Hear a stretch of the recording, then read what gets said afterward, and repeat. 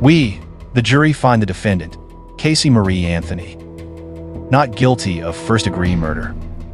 This is the moment Caylee Anthony realized she got away with murder. Within minutes, she became the most hated woman in America. Because everyone knew she killed her daughter. But the prosecution failed. The jury failed. The system failed. But the evidence didn't. Because in 17,000 pages of deleted data that the jury never saw, Caylee Anthony confessed, not in words, but in 84 Google searches, made the exact day Caylee died. The jury said not guilty. The judge said, "You're free to go." But her laptop said, "I planned this, and I'm about to prove it." Before we get started, I'd like to hear from you. As you listen, pay attention to the small details. They matter in this case. If something strikes you, leave your thoughts in the comments. And if you want to follow these investigations as they unfold, feel free to subscribe. No pressure, just join us if you care about getting these stories right. If you don't know the Caylee Anthony case, here's what you need to know. June 15th, 2008. 2-year-old Caylee Anthony was last seen alive at her grandparents' house in Orlando, Florida. Her mother, 22-year-old Caylee Anthony, told her parents they were going to visit a nanny. That was the last time George and Cindy Anthony saw their granddaughter. But Caylee didn't report Caylee missing. Not the next day. Not that week. Not that month. Instead, she went to nightclubs. She stayed with her boyfriend.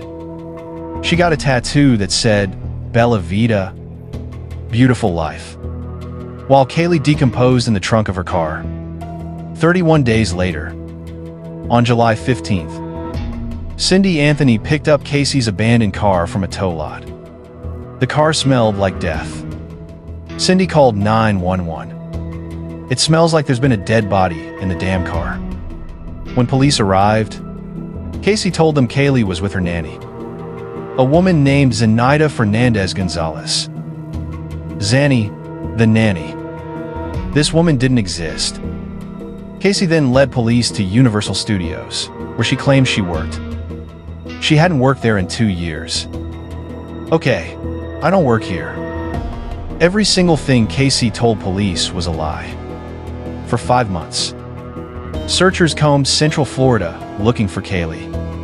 For 5 months, Caylee insisted her daughter was alive. "All they care about is getting Caylee back. That's all I care about right now." But on December 11th, 2008, a utility worker discovered a child's skull in a wooded area, less than a quarter mile from the Anthony home. The body was in a laundry bag from the Anthony house, covered with duct tape from the Anthony garage. DNA confirmed it was Caylee Anthony. She had been dead since the day she went missing. 6 months of Caylee lying. 6 months of false leads. 6 months of a mother pretending her child was alive while she partied. Caylee Anthony was arrested and charged with first-degree murder, aggravated child abuse, aggravated manslaughter, 4 counts of providing false information to law enforcement. The prosecution sought the death penalty, and the entire nation watched. This was the most high-profile murder trial since O.J. Simpson. For 6 weeks, the prosecution presented their case. Forensic evidence, witness testimony, Caylee's lies, Caylee's partying, Caylee's Google searches for chloroform. Wait, let's go back to that. The prosecution did mention some computer searches. They told the jury Caylee searched for chloroform 84 times, that she looked up how to make chloroform. This was a key piece of evidence because traces of chloroform were found on the duct tape that was wrapped around Caylee's face. But here's what the prosecution didn't tell the jury. While the prosecution focused on chloroform, they completely missed 82 other searches that Caylee made the same day. March 21st, 2008. The same day Caylee was last seen alive. How to suffocate. Household weapons. Neck breaking. Death by suffocation. Foolproof suffocation. 84 searches total. Made between 1:43 p.m. and 3:42 p.m. A 2-hour window, where Caylee Anthony researched every possible way to kill her daughter. And the jury never saw them. But to understand why, we need to talk about the man who found them. His name is John Bradley. He's a software engineer from Canada who created a program called CashBack. It's forensic software designed to recover deleted internet history from computers. In 2008, the Orange County Sheriff's Office hired him to analyze Caylee Anthony's laptop. They wanted to know what she'd been searching for in the days and weeks before Caylee disappeared. Bradley ran his CashBack program on Caylee's hard drive. And what he found was disturbing. On March 21st, 2008, the last day anyone saw Caylee alive, Caylee's laptop showed 84 searches related to suffocation, chloroform, and methods of killing. Not 84 clicks on one article. 84 separate searches. Different queries. Different phrases. Different results. This wasn't someone casually browsing. This was research. Bradley documented everything. He created a detailed report showing each search, the exact timestamp, and the websites Caylee visited. He submitted his findings to the Orange County Sheriff's Office in June 2009, more than a year before the trial. The prosecution had this report. They had the evidence. They had the smoking gun that proved premeditation. But they never called John Bradley to testify. Why? Because they made one critical mistake. The prosecution also hired their own computer analyst, a man named John Dennis. And John Dennis used a different program, a program called net analysis. Net analysis is widely used in law enforcement.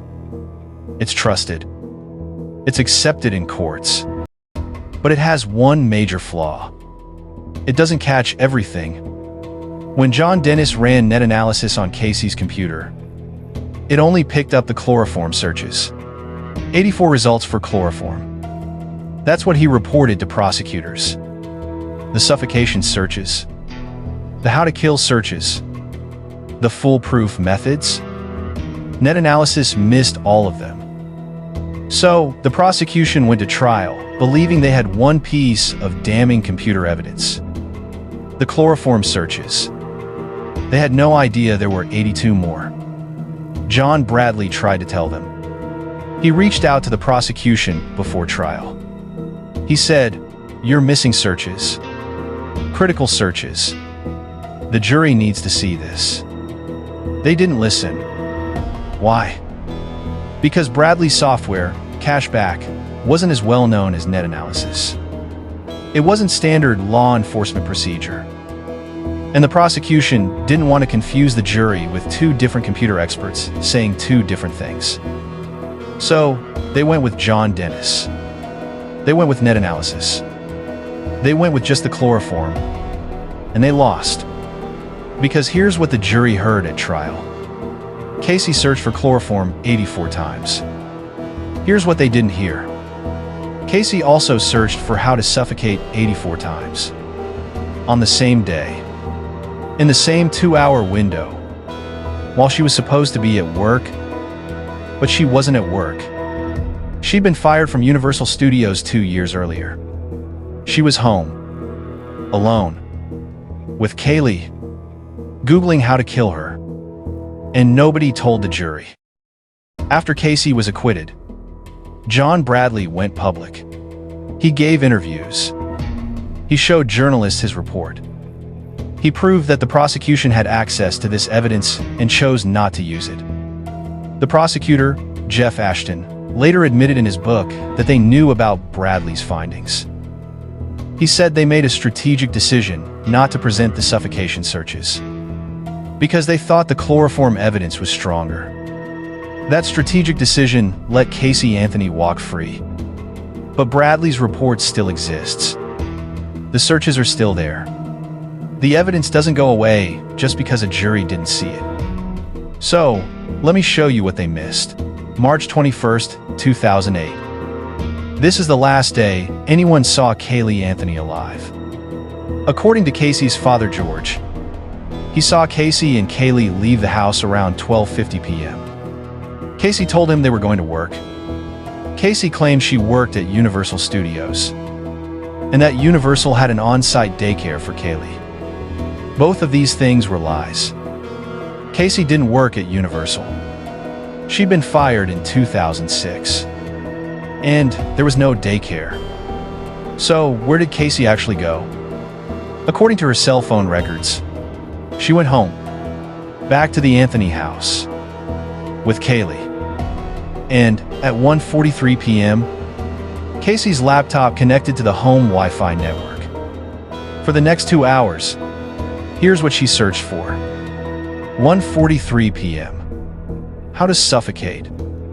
Google returns multiple results. Casey clicks on several. Articles about suffocation deaths. Medical descriptions of what happens when someone can't breathe. How long it takes. What it looks like. 1:48 p.m. Household weapons. A search that brings up everyday items that can be used to harm someone. Cleaning chemicals. Kitchen knives. Blunt objects. Casey spends several minutes on a website about common household items that have been used in murders. 1:52 p.m. Chloroform. This is the search the prosecution eventually found. Casey discovers that chloroform is a chemical that, when inhaled, causes unconsciousness. She reads about how it was historically used as an anesthetic in surgeries, before doctors realized how dangerous it was. 1:57 p.m. How to make chloroform. Casey clicks on a website called ScienceMadness.org. It's a chemistry forum where people discuss experiments. One thread explains the recipe for homemade chloroform. Acetone plus bleach. 2 common household chemicals. The Anthony family garage had both. 2:03 p.m. Chloroform effects. Casey is now researching what chloroform does to the human body. She reads that it causes rapid unconsciousness, that victims don't struggle, that it can be fatal in high doses. If you're still with me, thank you. Take a second to hit like so this case gets pushed to more people who care about justice. And let me know in the comments if something in this part of the story doesn't sit right with you. Different perspectives help us get closer to the truth. 2:08 p.m. Chloroform inhalation. More medical websites. More details about how it enters the bloodstream through the lungs. How it affects the brain. How much is needed to knock someone out. 2:13 p.m. Death by suffocation. Casey moves away from chloroform and back to suffocation. She's comparing methods, weighing options. This search brings up articles about suffocation, deaths, autopsy findings, and how investigators determine cause of death. 2:17 p.m. Neck breaking. A disturbing search that returns results about cervical fractures. What force is required? What damage it causes? Casey spends 3 minutes on a medical website explaining spinal injuries. 2:22 p.m. Household weapons again. She's returning to this search, looking for something she might have missed the first time. Clicking through different results, different websites. 2:28 p.m. Foolproof suffocation. This is the most damning search of all. Not just suffocation, not just how to suffocate, but foolproof suffocation. Methods that work every time. Methods that don't fail. 2:33 p.m. Suffocation methods. Another variation. More clicks. More websites. Caylee is building a comprehensive knowledge base on how to kill someone by cutting off their air supply. 2:37 p.m. Death by suffocation again. She's revisiting this topic, cross-referencing information, making sure she understands exactly what happens. 2:41 p.m. Chloroform again. Back to the chemical approach. She's weighing her options. Suffocation? Chloroform? Both? And then the searches stop. 3:42 p.m. Caylee closes her laptop. At 3:57 p.m., Caylee's cell phone pings a tower near the Anthony house. Then it goes silent. Caylee doesn't make another call, doesn't send another text, doesn't use her phone at all. For 3 hours. What happened during those 3 hours? Caylee Anthony died. Her body was found 6 months later in a wooded area, wrapped in a laundry bag, with duct tape across her face. The medical examiner couldn't determine an exact cause of death because of decomposition, but the manner was ruled homicide. Testing on that duct tape found traces of chloroform. The same chloroform Caylee had been researching how to make 2 hours before Caylee disappeared. Now, the prosecution did present the chloroform searches at trial. They showed the jury that Caylee had searched for chloroform and how to make it. But they didn't show the jury the other 78 searches. The suffocation searches, the foolproof methods, the household weapons, the neck breaking. Why does that matter? Because chloroform alone doesn't prove premeditation. Caylee could argue, and her defense team did argue, that she was just curious, that she saw someone mention chloroform online and Googled it to learn more, that it was innocent. But foolproof suffocation, that's not curiosity. That's planning. Household weapons? That's preparation. 84 searches in 2 hours. That's research. And the timeline proves intent. These searches happened the same day Caylee died. Not days before. Not weeks before. The same day. Caylee woke up that morning, told her father she was taking Caylee to work, drove back home, and spent 2 hours researching how to kill her daughter. Then Caylee vanished. Then Caylee went to her boyfriend's house and didn't mention Caylee was missing for 31 days. The jury knew about the 31 days. They knew about the partying. They knew about the lies. They knew about the chloroform. But they didn't know Caylee had spent 2 hours Googling murder methods immediately before Caylee died. If they had known that, the verdict would have been different. Premeditation is the difference between manslaughter and first-degree murder. It's the difference between a possible sentence and the death penalty. The prosecution needed to prove Caylee planned to kill Caylee. That it wasn't an accident, wasn't a moment of rage, but a calculated decision. These searches prove that. 84 times over, they prove it. But the jury never saw them. So, how do we know they exist? How do we know Caylee actually made these searches? Because John Bradley's CashBack report is public record. After the trial, he released it to journalists. It's been verified by independent computer forensic experts. The timestamps match Caylee's phone records. The IP address matches the Anthony home network. It's real. It's documented. It's proof. And it was sitting in the prosecutor's office the entire time. Let me show you how this trial would have gone. If the jury had seen all the evidence, the prosecution calls John Bradley to the stand. Mr. Bradley, can you explain what CashBack software does? Yes, CashBack recovers deleted internet history, including searches that users attempt to erase. It goes deeper than standard forensic tools because it analyzes cache files, temporary internet files, and fragments of data that remain on a hard drive even after deletion. And what did you find when you analyzed Caylee Anthony's laptop? On March 21, 2008, I found 84 searches related to suffocation, chloroform, and methods of causing death. These searches occurred between 1:43 p.m. and 3:42 p.m. Can you show the jury some examples?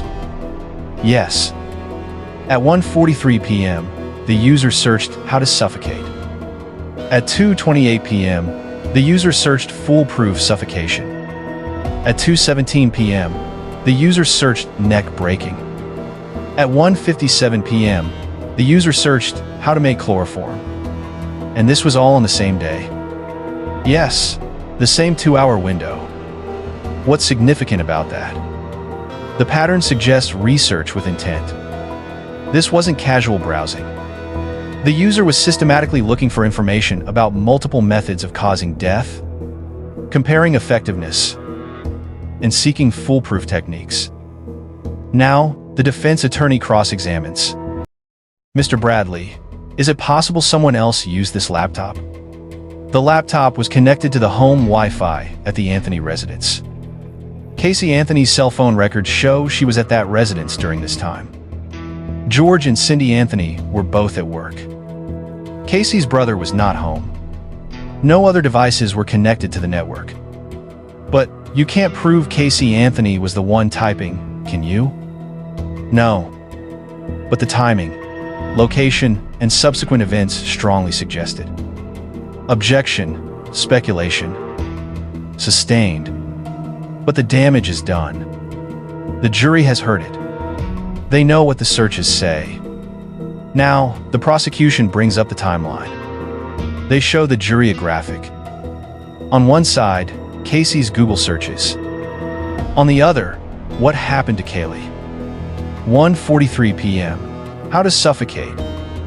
George Anthony sees Caylee and Caylee leave the house. 2:28 p.m. Foolproof suffocation. Casey's car is parked at the Anthony residence. 3:42 p.m. Last search. Caylee closes her laptop. 3:57 p.m. Last cell phone activity. 7:23 p.m. Caylee calls her boyfriend Tony. She sounds normal. Happy. She doesn't mention Caylee at all. 8:04 p.m. Caylee arrives at Tony's apartment. Security footage shows her carrying a large bag. She tells Tony that Caylee is with the nanny. Tony asks where the nanny lives. Caylee says she's not sure. But Caylee will be gone for a few days. Caylee stays at Tony's house that night. And the next night. And the next. She doesn't mention Caylee again for 31 days. Now, the prosecution shows the jury what was in that large bag Caylee brought to Tony's house. Cadaver dogs later alerted to Caylee's car trunk, indicating the presence of human decomposition. Air samples from the trunk tested positive for chemical compounds consistent with a decomposing body. Specifically, a combination of chloroform and human decay. The laundry bag Caylee's remains were found in, it came from the Anthony house. The duct tape on Caylee's face, it matched a roll in the Anthony garage. And the chloroform detected on that duct tape, Caylee had researched how to make it 2 hours before Caylee vanished. This is what the prosecution would have argued. Caylee used the internet to research murder methods. She selected chloroform and suffocation. She created chloroform using household chemicals from the garage, acetone, and bleach. She used that chloroform to sedate Caylee. Then, she suffocated her, likely by placing duct tape over her nose and mouth while Caylee was unconscious.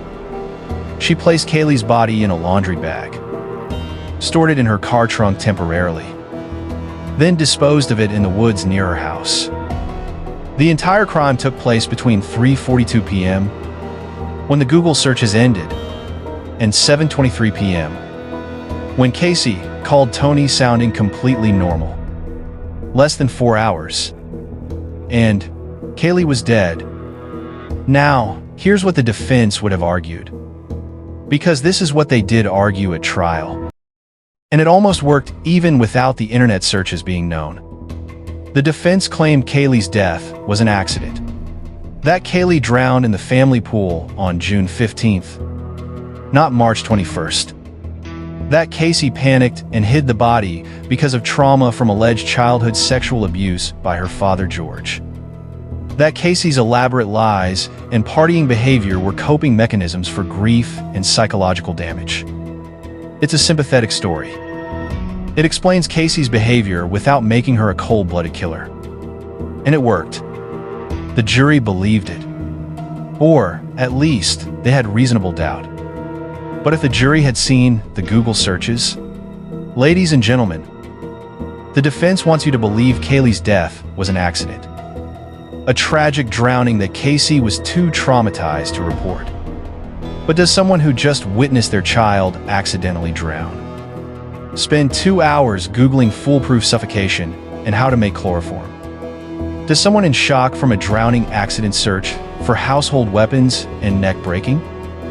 No, because this wasn't an accident. This was premeditated murder. The defense would have no answer for that, because there is no innocent explanation for those searches. Maybe she was writing a crime novel. She wasn't a writer.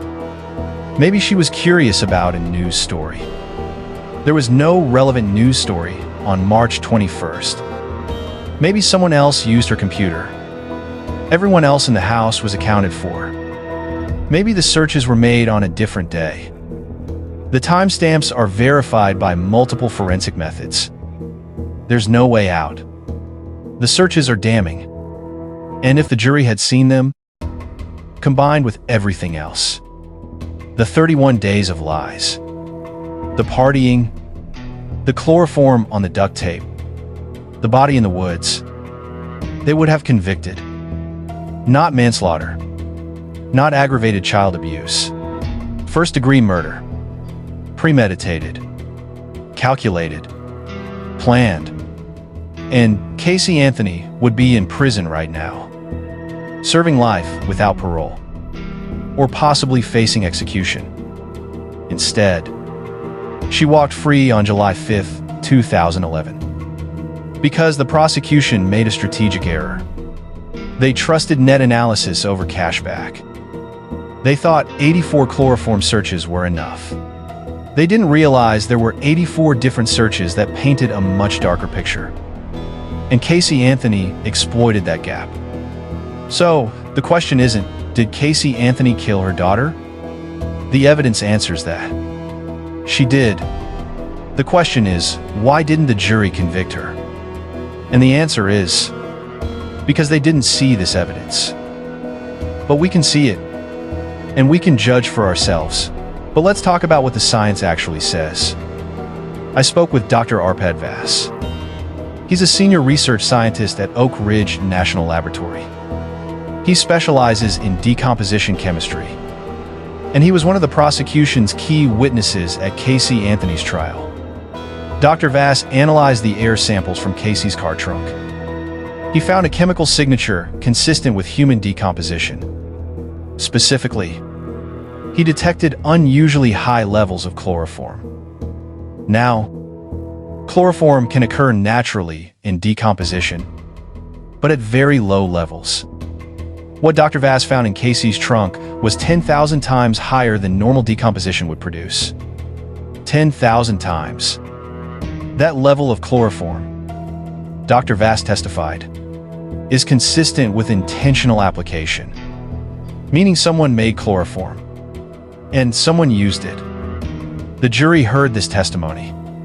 They knew about the abnormal chloroform levels, but they didn't know that 2 hours before Caylee died, Casey had Googled the exact recipe for making chloroform. Acetone plus bleach.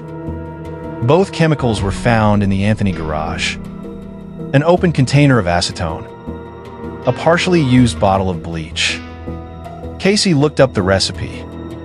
She had the ingredients. The chemical signature proves she made it. And her daughter died with chloroform in her system. That's not a coincidence. That's a chemical trail. But the prosecution never connected these dots for the jury. They showed Dr. Vass's testimony about the chloroform levels. They showed the Google search for chloroform 84 times. But they never said, here's the recipe she looked up. Here are the chemicals she had access to. Here's the proof she made it. And here's the body with chloroform on it. They left the jury to connect those dots themselves. And juries don't convict based on dots, they have to connect. They convict based on straight lines. The prosecution needed to draw that straight line. From the Google search, to the garage chemicals, to the homemade chloroform, to Caylee's body. They had all the pieces. They just didn't put them together. Now, let's talk about the duct tape. When Caylee's remains were found, there were 3 pieces of duct tape across the lower half of her skull, covering where her nose and mouth would have been. The medical examiner, Dr. Jan Garavaglia, testified that in her 30 years of experience, she had never seen duct tape on a skull in an accidental death. Never. Duct tape over the nose and mouth, she said, is consistent with suffocation. And what had Casey searched for 2 hours before Caylee died? How to suffocate? Foolproof suffocation. Suffocation methods. The duct tape wasn't there to hold something in place. It wasn't part of some makeshift burial. It was the murder weapon. Casey researched suffocation. Then, Caylee was found with duct tape over her airways. Again, not a coincidence. Cause and effect. But the jury didn't know Casey had researched suffocation methods. They only knew about the chloroform searches. So, the defense was able to argue that the duct tape was placed on Caylee's face after death. That it was part of some bizarre cover-up, not the actual cause of death. Without the suffocation searches, the jury couldn't be sure. With the suffocation searches, it's obvious. Casey researched how to suffocate someone. She researched chloroform as a sedative. She made the chloroform. She used it to sedate Caylee so she wouldn't struggle. Then, she placed duct tape over Caylee's nose and mouth. That's premeditated murder. First degree. Death penalty eligible. The science proves it. The timeline proves it. The searches prove it. Everything except the verdict proves it. I also spoke with Henry Lee. Dr. Henry Lee. One of the most famous forensic scientists in the world. He's worked on O.J. Simpson, JonBenet Ramsey, hundreds of high-profile cases. I asked him, if you'd been shown Casey's complete internet search history, what would you have concluded? He said, the pattern of searches demonstrates clear premeditation. Research phase, planning phase, execution phase. This is textbook first-degree murder. Textbook. And yet, the jury never saw the textbook. Because the prosecution made a choice. They chose convenience over completeness. They chose the widely accepted net analysis software over the more thorough CashBack program. And that choice let a murderer go free. Now, let's talk about the legal side. In Florida, first-degree murder requires proof of premeditation. It doesn't matter how long you planned it. 5 minutes of planning is enough. But you have to prove the defendant thought about it beforehand. That they made a conscious decision to kill. Second-degree murder is killing without premeditation. A heat-of-the-moment decision. A fight that goes too far. Manslaughter is killing through culpable negligence. An accident caused by recklessness. The prosecution charged Casey with first-degree murder. They needed to prove premeditation. The jury acquitted her of first-degree murder. They acquitted her of second-degree murder. They acquitted her of manslaughter. They only convicted her of 4 misdemeanor counts of lying to police. Why? Because the prosecution couldn't prove premeditation. They had circumstantial evidence. Casey's lies. The partying. The 31 days. The chloroform in the trunk. But circumstantial evidence requires the jury to make inferences, to fill in gaps, to assume. And the defense hammered reasonable doubt. Maybe it was an accident. Maybe she panicked. Maybe her father was involved. Maybe. The jury couldn't be certain. So, they acquitted. But those 84 Google searches, that's not circumstantial evidence. That's direct evidence of premeditation. Linda Kenny Baden is a criminal defense attorney who's worked on some of the biggest cases in America. I asked her, if the prosecution had presented all 84 searches, could the defense have won? She said, no. There's no defense for foolproof suffocation searches made hours before a child dies. You can't explain that away. You can't create reasonable doubt around that. That's a guilty verdict. A guilty verdict. From a defense attorney. Think about that.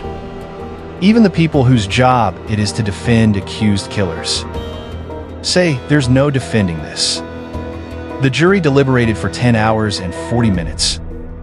They asked for clarification on manslaughter laws. They reread testimony about the chloroform. They clearly struggled with the decision. Several jurors have spoken publicly since the trial. They all say the same thing. We think she probably did it, but we couldn't prove it beyond a reasonable doubt. One juror, Jennifer Ford, said in an interview, I didn't say she was innocent. I just said there wasn't enough evidence. If they'd proved how Caylee died, if they'd proved Casey did it on purpose, I would have voted guilty. The searches would have done exactly that. They prove how. Chloroform and suffocation. They prove intent. Foolproof methods. They prove premeditation. 2 hours of research immediately before death. That's everything the jury said they needed. And they never saw it. Another juror, Russell Huckler, said he's haunted by the verdict. He said, I think about it every day. I think we let that little girl down. When he later learned about the suffocation searches, he said, that would have changed everything. Why didn't they tell us? Why didn't the prosecutors show us that? Good question. The prosecution had one job: present the evidence. All of it. They had evidence that proved premeditation beyond any reasonable doubt. And they left it in a drawer. Jeff Ashton, the lead prosecutor, wrote a book after the trial called Imperfect Justice. In it, he admits they knew about John Bradley's findings. He says they made a strategic decision not to use the suffocation searches because they thought the chloroform evidence was cleaner and easier for the jury to understand. Cleaner. Easier. That strategic decision cost Caylee justice. Because clean and easy doesn't win trials. Complete and overwhelming wins trials. And they had complete. They had overwhelming. They chose not to use it. So when people ask me, do you think Caylee Anthony killed her daughter? I don't think anything. I know. The evidence proves it. The science proves it. The searches prove it. The only thing that doesn't prove it is the verdict. And the verdict was wrong. So, what happened after the verdict? July 5th, 2011. Caylee Anthony walks out of the Orange County Jail. She'd been in custody for nearly 3 years, awaiting trial, facing death. Now, she was free. The crowd outside the courthouse was massive. Hundreds of people, most of them screaming, "Baby killer. Justice for Caylee. You're guilty." Caylee was escorted out a back entrance, put in an SUV with tinted windows, and driven to an undisclosed location. For the next year, nobody knew where Caylee Anthony was. She went into hiding, changed her appearance, cut her hair, wore glasses, stayed off social media. Her attorney, Jose Baez, said she was receiving death threats. Thousands of them. People wanted her dead. A poll taken the week after the verdict showed 64% of Americans believed Caylee was guilty. Only 9% believed she was innocent. She became one of the most hated people in America. More hated than convicted murderers. More hated than terrorists. Because at least convicted murderers were in prison. At least they were punished. Caylee was free. And everyone knew she shouldn't be. In 2013, Caylee filed for bankruptcy. She listed her debts at over $792,000. Most of it legal fees and restitution to the state of Florida for the cost of searching for Caylee. During the 31 days, Caylee lied about where she was. She had no job, no income, no assets. Nobody would hire her. Nobody wanted to be associated with her. In 2017, she gave her first interview since the trial. To the Associated Press, she said, "I don't give a shit about what anyone thinks about me. I'm okay with myself. I sleep pretty good at night." She said she still doesn't know how Caylee died. That she believes it was an accident, a drowning, just like her defense team argued. When asked if she felt responsible for Caylee's death, she said, "I'm responsible for not being there when she needed me. But I'm not responsible for her death." The interviewer asked about the 31 days, why she didn't report Caylee missing. Caylee said, "I was in shock. I was traumatized. I wasn't thinking clearly." But her cell phone records show she was texting her boyfriend Tony about coming over. She was making plans to go out. She was acting completely normal. That's not shock. That's not trauma. That's consciousness of guilt. In 2020, paparazzi photos surfaced of Caylee Anthony living in South Florida. She was working for her former defense attorney, Patrick McKenna, doing legal research.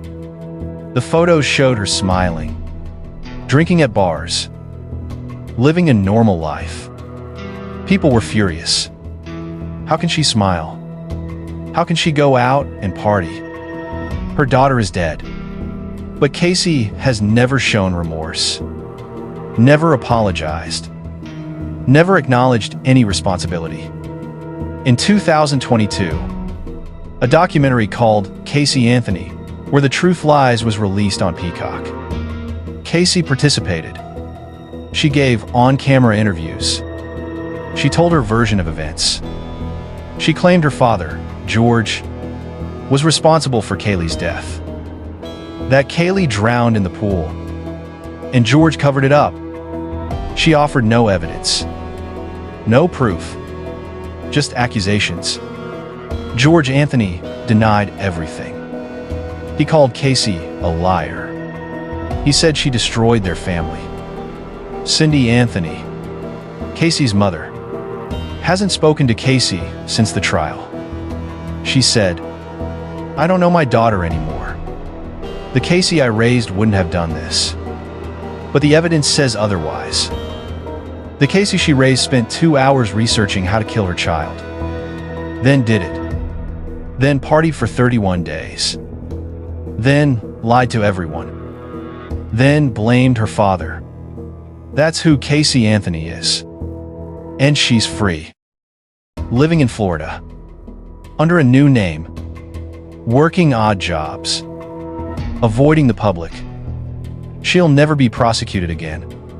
Double jeopardy. You can't be tried twice for the same crime. Even if new evidence emerged. Even if she confessed tomorrow. She can never be charged with Caylee's murder again. The legal system had one chance. And they blew it. So, Caylee Anthony will live the rest of her life, knowing she got away with murder, and we'll live the rest of ours, knowing the system failed Caylee. This case isn't just about Caylee Anthony. It's about a justice system that had overwhelming evidence and chose not to use it. The Orange County Sheriff's Office hired John Bradley. They paid him to analyze Casey's computer. He gave them a report showing 84 searches for murder methods.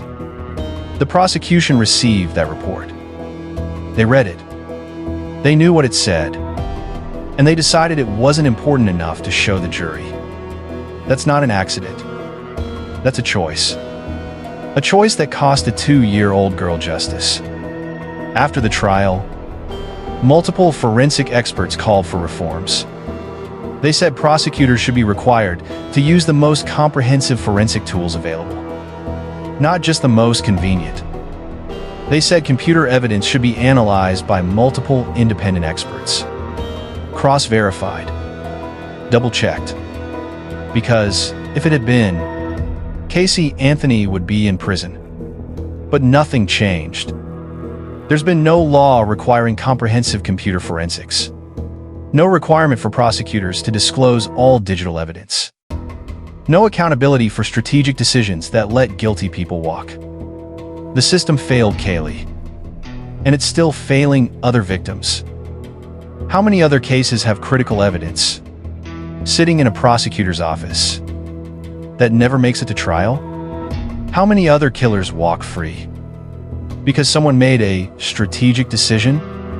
We'll never know, but we know this one. We know Caylee Anthony researched murder methods. We know she had the means. We know she had the opportunity. We know Caylee died exactly how Casey researched. And we know the jury never heard it. That's not justice. That's a failure. A failure that Caylee Anthony exploited. A failure that let her walk out of that courtroom smiling. And Caylee? She's still in the woods, buried in a small plot at Woodland Memorial Park in Orlando. Her headstone reads, "Our little angel." Thousands of people visit every year. They leave flowers, toys, notes. They tell her she wasn't forgotten, that people still care, that she mattered, because she did. Caylee Marie Anthony, born August 9th, 2005, died sometime in March 2008, 2 years old. Her entire life, reduced to 31 days of lies, and a trial that let her killer go free. But the evidence tells her story. The 84 searches tell her story. And now you know it too. So here's what we know for certain.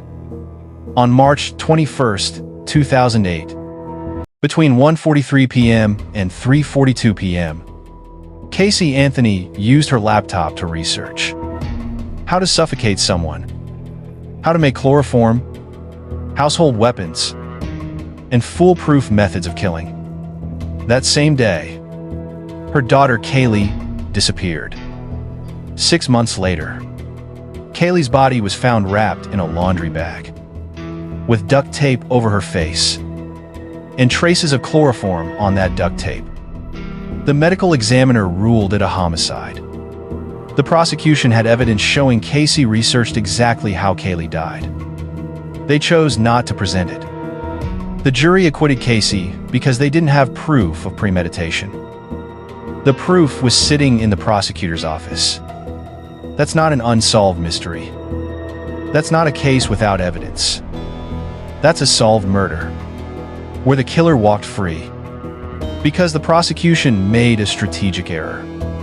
Now, some of you might be thinking, but she was found not guilty. That means she's innocent. That's how the system works. And you're right. That is how the system works. Legally, Caylee Anthony is not guilty. But legally not guilty, and actually innocent, are two very different things. Oh, Jay Simpson was legally not guilty. Does anyone think he was innocent? Not guilty means the prosecution didn't prove their case beyond a reasonable doubt. It doesn't mean the person didn't do it. And in this case, the prosecution could have proven it. They had the evidence. They just didn't use it. So when you hear someone say, "We'll never know what really happened to Caylee," that's not true. We know. The Google searches tell us. The chloroform tells us. The duct tape tells us. The timeline tells us. Caylee Anthony researched how to kill her daughter. Then her daughter died exactly that way. Then Caylee lied for 31 days. Then she partied. Then she blamed everyone else. That's what happened. The jury said not guilty. But the evidence says otherwise. And you can decide for yourself what you believe. I've shown you the 84 searches. I've shown you the timeline. I've shown you the forensic evidence. I've shown you the prosecution's failure. This is the evidence the jury never saw. This is what would have convicted Caylee Anthony. This is the truth about what happened to Caylee. And now, 13 years after that verdict, we can finally give Caylee what she deserved. Not legal justice. That ship sailed in 2011. But historical justice. The truth on the record. Permanent. Undeniable. Caylee Anthony killed her daughter. The searches prove it. The science proves it. The timeline proves it. And no not guilty verdict will ever change that. If this case made you angry, if it made you want accountability for prosecutorial failures, leave a comment. Share this video. Make sure people know what really happened. Because the only way this doesn't happen again is if we demand better. Demand prosecutors use all available evidence. Demand comprehensive forensic analysis. Demand justice for victims. Caylee Anthony didn't get justice in court, but she can get it in history. And that starts with knowing the truth. Now you do. And if you think prosecutors should be held accountable for withholding evidence, drop a comment below. I read every single one. This is the story of how 84 Google searches proved Caylee Anthony killed her daughter, and how the jury never saw them. Thanks for listening all the way through. If you believe these cases deserve careful attention, consider subscribing. It helps keep this work going. And I genuinely want to hear your full take in the comments. What makes sense, what doesn't, and what you think investigators might have missed. The best discussions on this channel always come from you.